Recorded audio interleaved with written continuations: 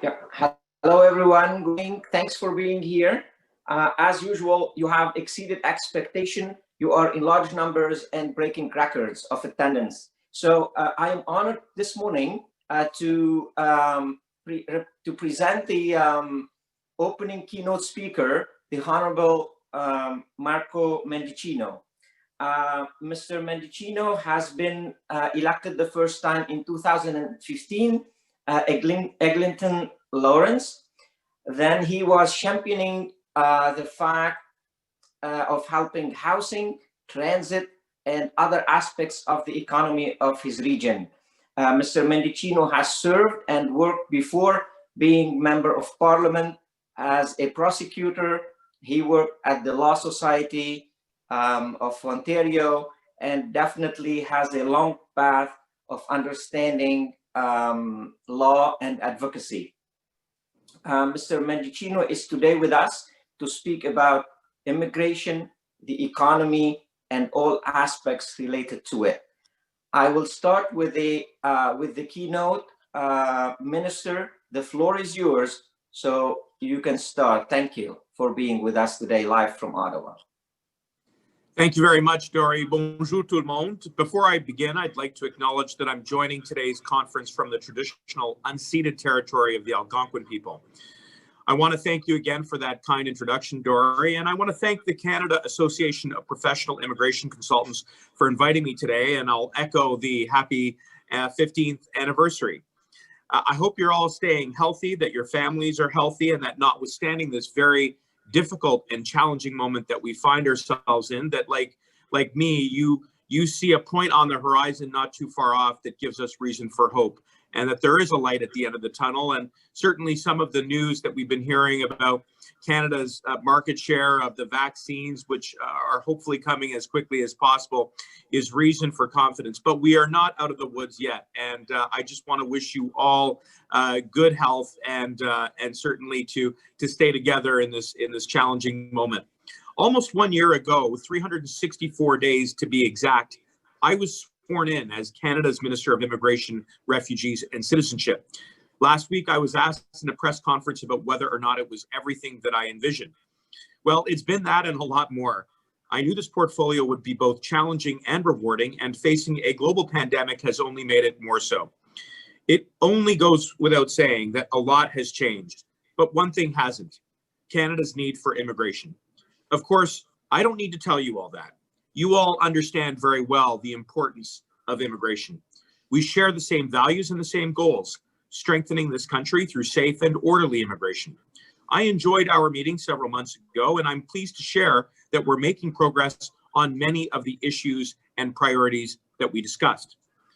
Back in May, you raised with me the impact of the pandemic on international students and their importance to Canada, and we couldn't agree more.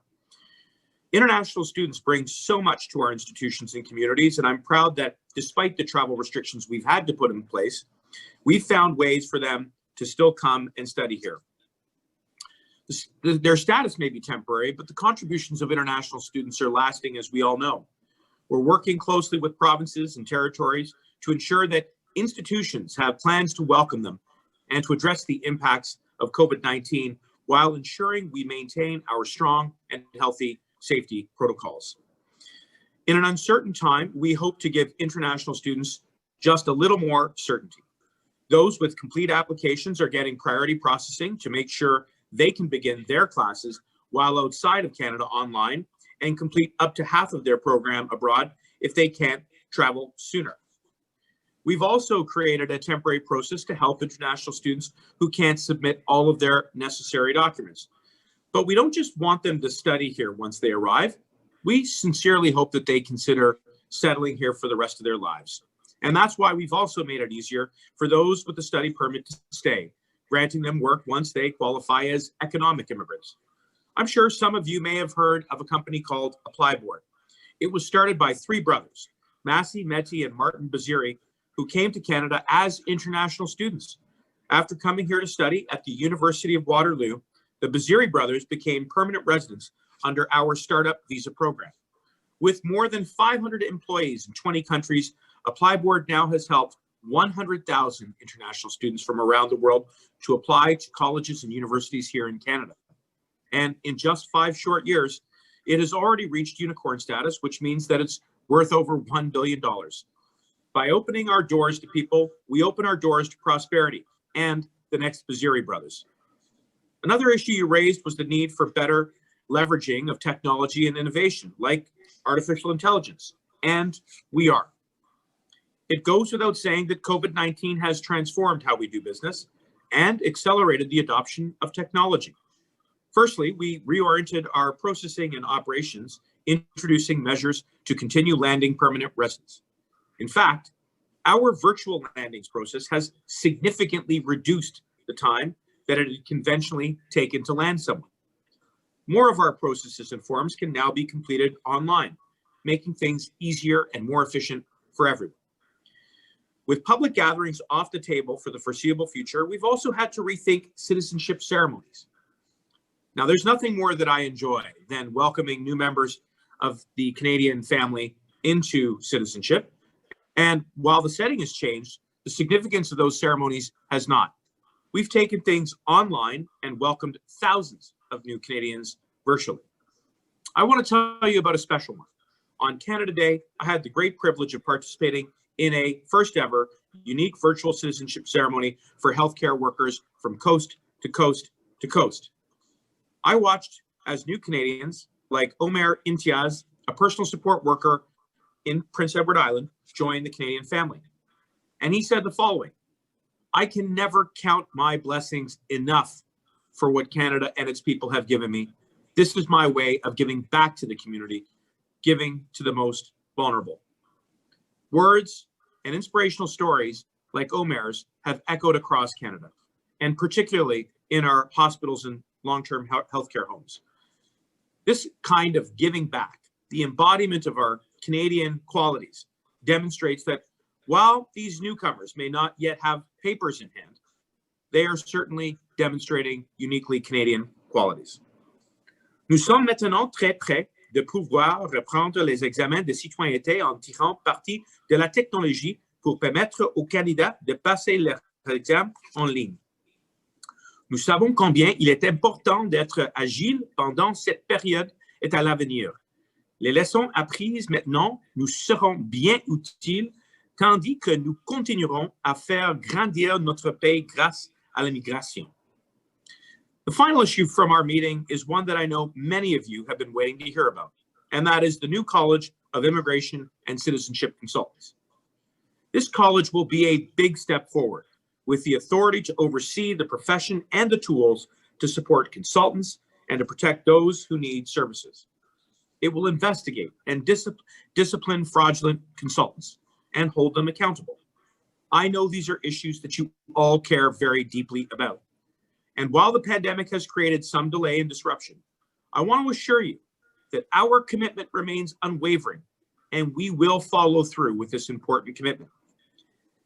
À mesure que nous avançons vers 2021, le gouvernement devrait pouvoir se concentrer davantage sur les priorités non liées à la COVID-19. So I've talked about what we've been doing over the past little while, and now I'd like to look forward. From that famous expression, demography is destiny, we can derive an enduring lesson about immigration in Canada. It's no coincidence that our country's greatest eras of economic expansion, from the turn of the 20th century to the post-World War II boom, to the impressive growth the past number of years, all of them have coincided with significant immigration.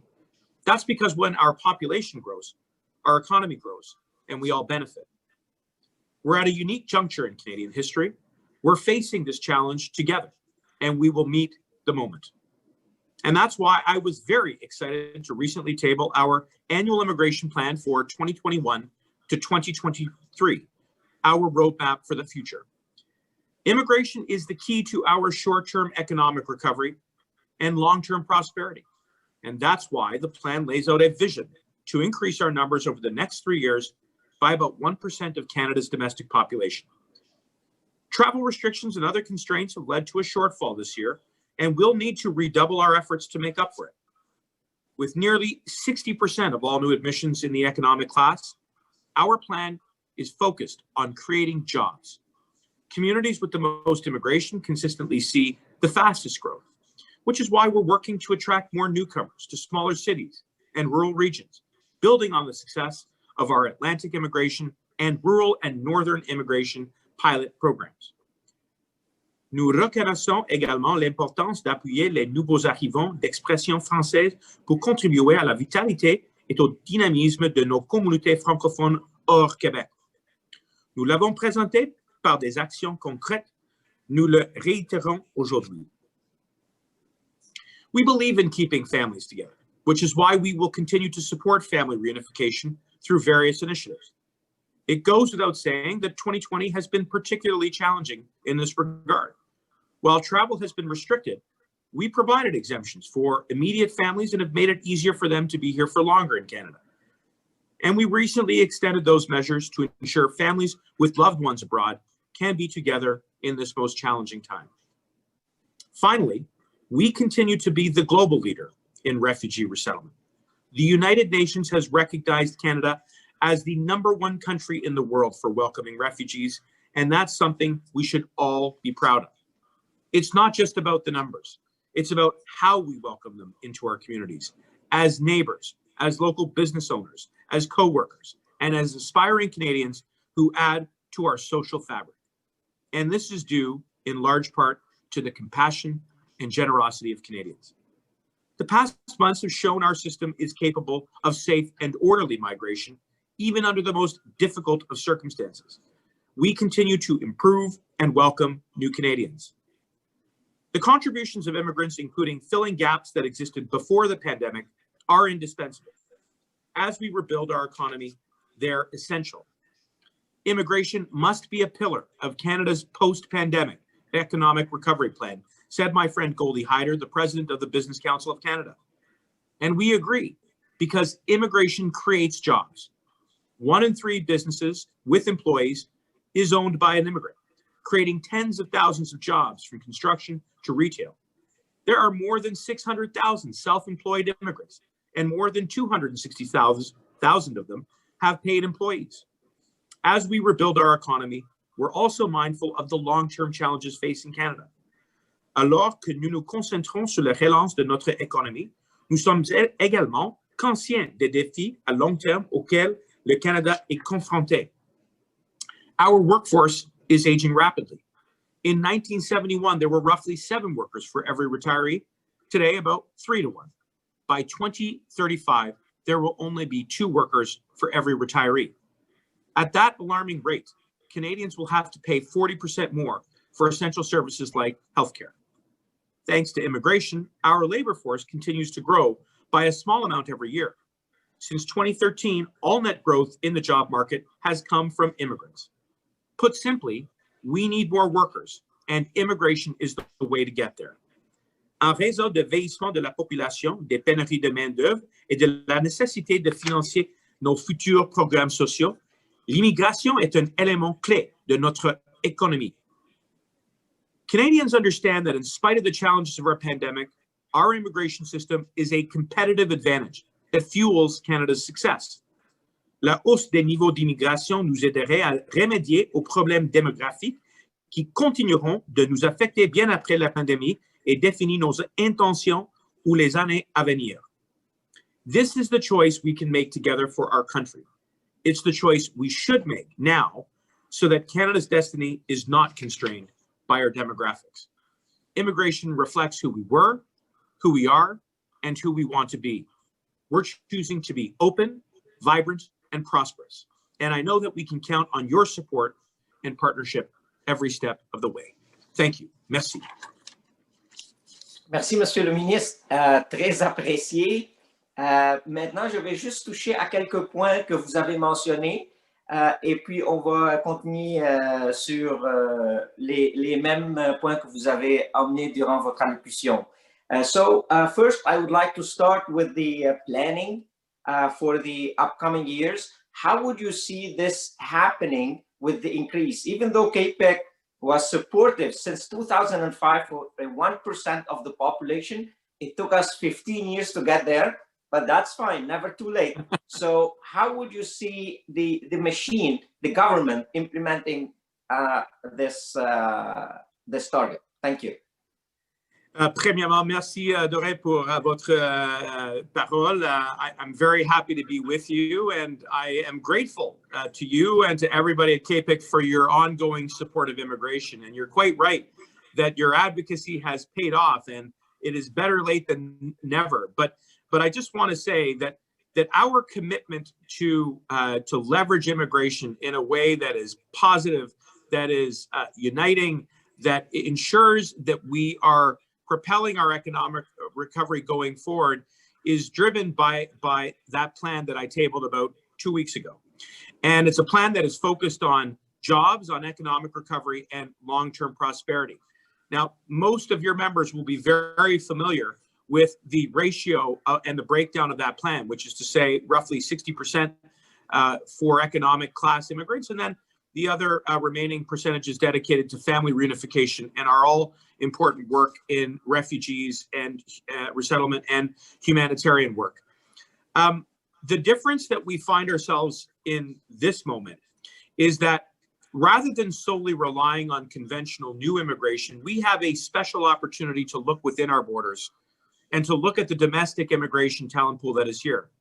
And that is broken into several principal categories. We have temporary workers, international students, and asylum seekers.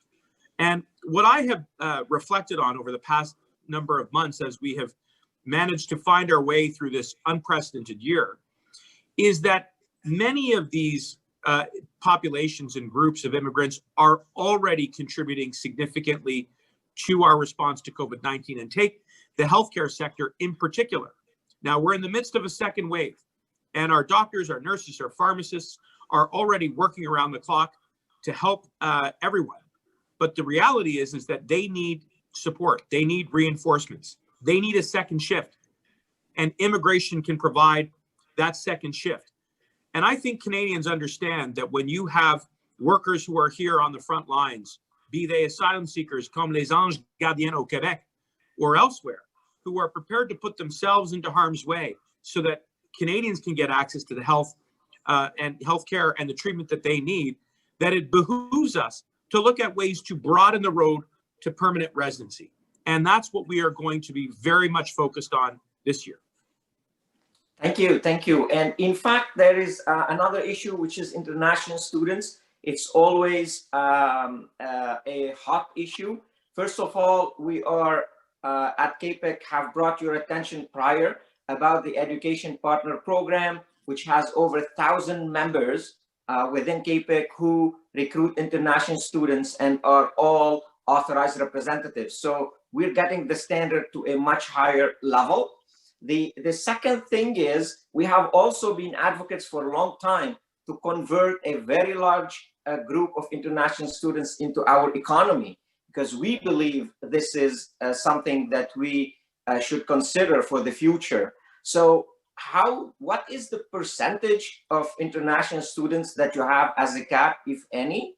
And the other question here is, comment vous pouvez nous aider comme gouvernement pour améliorer le service de partenariat? So how can you as government support the Education Partner Program to succeed and excel in helping Canada getting better students, international students? C'est une excellente question et j'avais une discussion très constructive avec nos partenaires dans le secteur académique et toutes les universités et les collèges hier. La substance de cette discussion avait mis un focus sur la collaboration entre notre gouvernement et tous nos partenaires provinciaux et même toutes les écoles qui veulent créer une façon, une voiture pour attirer les étudiants internationaux. Il y a plusieurs des raisons que ce programme est essentiel. Premièrement, à cause de l'économie, les étudiants contribuent beaucoup à l'économie, mais même leur contribution à la fabrique sociale. We know that how important it is that international students continue to look to Canada as a top destination to pursue their studies. And what we emphasized in my discussion yesterday with universities and colleges across Canada is the need for ongoing collaboration so that we can maintain a competitive advantage. Because there are many other like-minded countries who also see this group, this population, as a very attractive one. So for our part, what we have done is we have taken feedback like some of the feedback that we received from CAPIC, whether it's offering online courses or demonstrating flexibility around work permits while studying here, particularly in the essential sector. We have managed to modify and streamline our policies so that international students may begin to start their studies even if they can't be here physically. But of course, as of October 20th, we were able to revive a pathway for students to come to Canada, having done several things first. First and foremost, ensuring that the resources were present at the border. Public health and safety protocols are absolutely vital to protect the health and safety of Canadians. And that is more true today than it has ever been before, particularly as we face a second wave. But the second thing was to ensure that universities and colleges were themselves ready to receive international students, because many of them are vulnerable, members of a vulnerable population. They have not been yet to Canada. So orientation, support for language, making sure that international students are distanced and have access to PPE. All of these measures had to be in place and met with the provincial guidelines and federal guidelines before we will issue a visa. What this does is it creates a pathway, but it also instills in the public confidence that we are opening these pathways in a way that is safe, orderly, and responsible. I'm very optimistic about the future of Canada's international student program, because we know that it has been such a driving force for our economy and enhancing of our social fabric going forward. And there are many, many other possibilities, I think, in the future where we can continue to build on those successes. Thank you. In fact, staying into the economy, we have been submitting for some time now, and I hope it won't be another 15 years to convince the government about business immigration. And in many instances, decisions were taken. We believe the decisions were not based on statistics. And what we're looking for from the federal government outside of the provinces, a business program that allows Canada as a whole to receive international funds after COVID, and I hope it's going to be soon, by getting entrepreneurs, investors, investment funds to be part of our immigration process. At the end of the day, within the 16% economic recruitment, we really need a big chunk of businesses to come and establish in Canada. So what is your view on that? Well, I think you're right to raise the question, and I think that there is some merit to exploring pathways that allow for individuals who wish to come to Canada and invest here to realize that opportunity. And we do have existing programs like the Startup Visa, the one that I mentioned that led ultimately to the Baziri brothers coming to resettle here, as one that might potentially be one that could be expanded. But I also want to address one of the central premises of your question, one of the other central premises of your question, which is around the ratio or the mix of different classes of immigrants reflected in our immigration plan. And you're quite right. We have placed, I think, an appropriate emphasis on economic immigration, because it is one of the main reasons why we need immigrants. We would like people to come and contribute their skills, their talent, their experience, but it is in no way incompatible with doing the other important work around family reunification and resettling refugees. And so I believe that we have struck that balance, and that more importantly, by reuniting families and by offering opportunities to the world's most vulnerable, they too contribute to our economy. They contribute in several material ways, with families having additional parents and other relatives here. You create a support network, and that can allow for a greater, fuller participation of everyone in the workforce. And when it comes to refugees, I've often said, when I've been asked to speak in different forums about this, that we need to cast aside this stigma that refugees are simply victims. They are not. they are also professionals, engineers, researchers, artists, workers, entrepreneurs, and they have as much to contribute as everyone else does. And that's why pilot projects like the EMPP, the Experienced Mobility Protected Persons Pilot Project, which is being headed by my department, demonstrates a transition from seeking refugee status into the workforce. And so I think we have a plan that has been recognized by the OECD as being the best in the world when it comes to integration, and we will continue to build on that success. All right. As you know, we are short of time. However, je voudrais juste emmener la dernière question. Est-ce qu'on s'attend de vous à une petite annonce plus claire concernant le collège? Can we get out of you today a more sharp timeline on the College Proclamation Act? As soon as we can, my friend. I know how important this particular initiative is to you and to everybody at KPIC, and I will just say it is part of my mandate. We are laser-like focused on creating it, and as soon as we have material news to share, you will be among the first that we share that news with. That is my commitment to you. Et je veux remercier pour l'opportunité pour partager quelques paroles sur le dossier d'immigration et même pour la conversation ce matin. Merci beaucoup, Monsieur le ministre. En conclusion, je vous remercie pour votre temps avec nous. C'était un plaisir de vous avoir. As usual, I hope really that COVID goes away and then we meet face to face as we have done with all previous ministers. Thank you for your openness. Thank you for all the support you are giving the community and immigration as a whole in Canada. Wish you a great day. Thank you, Minister. A great pleasure. Avec plaisir. À la prochaine. Merci.